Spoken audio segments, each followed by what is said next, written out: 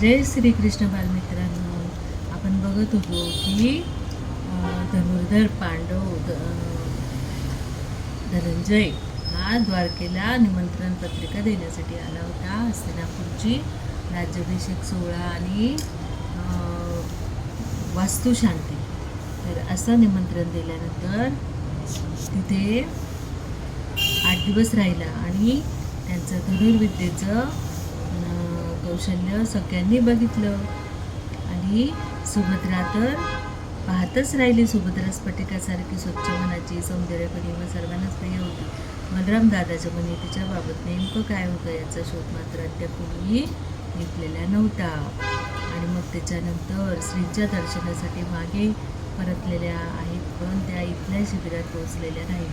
बराच शोध घेतला, त्यामध्येच कुठे गेल्या काही कळत नाही. मग आता मात्र भामीची मुद्रा चिंताग्रस्त झाली. चारही दिशांना शोध पथकं धाडून मुख्यतः कालिंदीचा शोध सुरू झाला.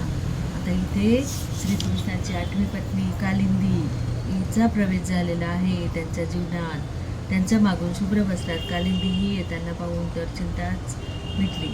ते सारे यमुनेच्या घाटाच्या दिशेकडूनच येत होते. कालिंदीचं एक व्रत होतं. पुढच्या तळावरून मागे परतली होती. तीही स्त्रीच्या सोबतीनं तिनं कधीतरी बोललेला एक नवस स्त्रीचं पूर्ण करण्यासाठी ते पुण्य तिनं कौशल्यानं साधलं होतं. माझ्या साथी भगिनीत कालिंदी जांबवतीसारखी बुद्धिमान होती. जेव्हा नौकातून गरुडा ध्वजासह इंद्रप्रस्थात प्रवेश करण्यासाठी मी दादा, भाऊजी, भामीसह त्या पावनभूमीवर पाय ठेवला तेव्हा थक्कच झालो. इंद्रप्रस्थाच्या करू नावाच्या पश्चिम महाद्वारावर पांडवप्रिय नगरजनांची नुसती गर्दीच लोटली होती.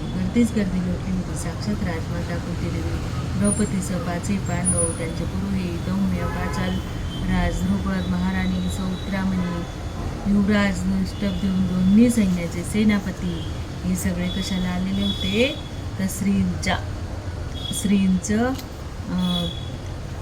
स्वागत करण्यासाठी. तर ही सर्व मंडळी इंद्रप्रस्थ वाद्यवृंदात नानाविध वाद्यांना टिपेचा अल्कोल उडविला आणि कुंकुमामुठी व पुष्पउंजळी उधळल्या. इंद्रप्रस्थाच्या विरत जयघोषात यादवांचा गरुडध्वज व पांडवांचा नंदीघोष एकापाठोपाठ एक असे मंद गतीने चालू लागले. स्वागत यात्रा सुरू झाली.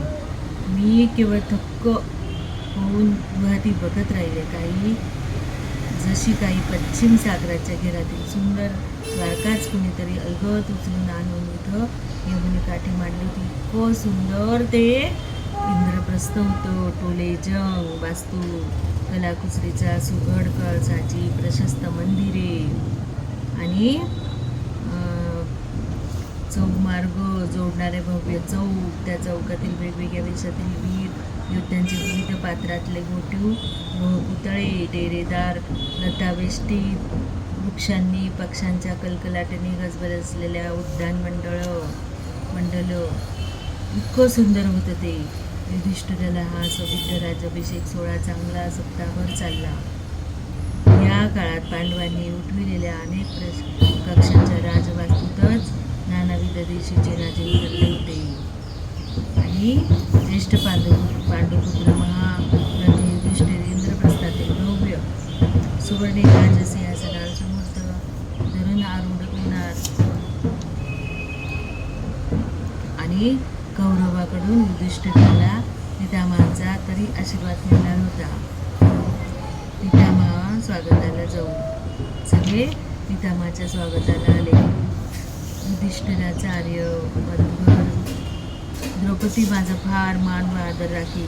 याचाच लाभ घेऊन इंद्रप्रस्थ सोडण्यापूर्वी आताशा मी द्रौपदीला भेटे.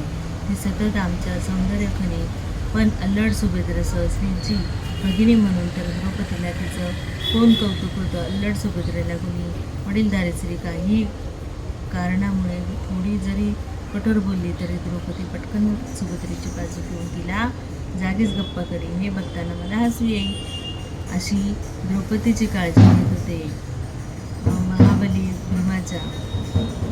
तर असा बलराम मार्गी लागावं पुरुष कुलातील विक्रमी दुसरा कोण असणार? पांडवापैकीच कोणीतरी असे बुद्ध भाऊजीमध्येच म्हणाले. तू बोललास उद्धवा, म्हणजे तुझ्या तोंडून श्रीकृष्णच बोलला असे नाही. मी सुद्धा त्यासाठी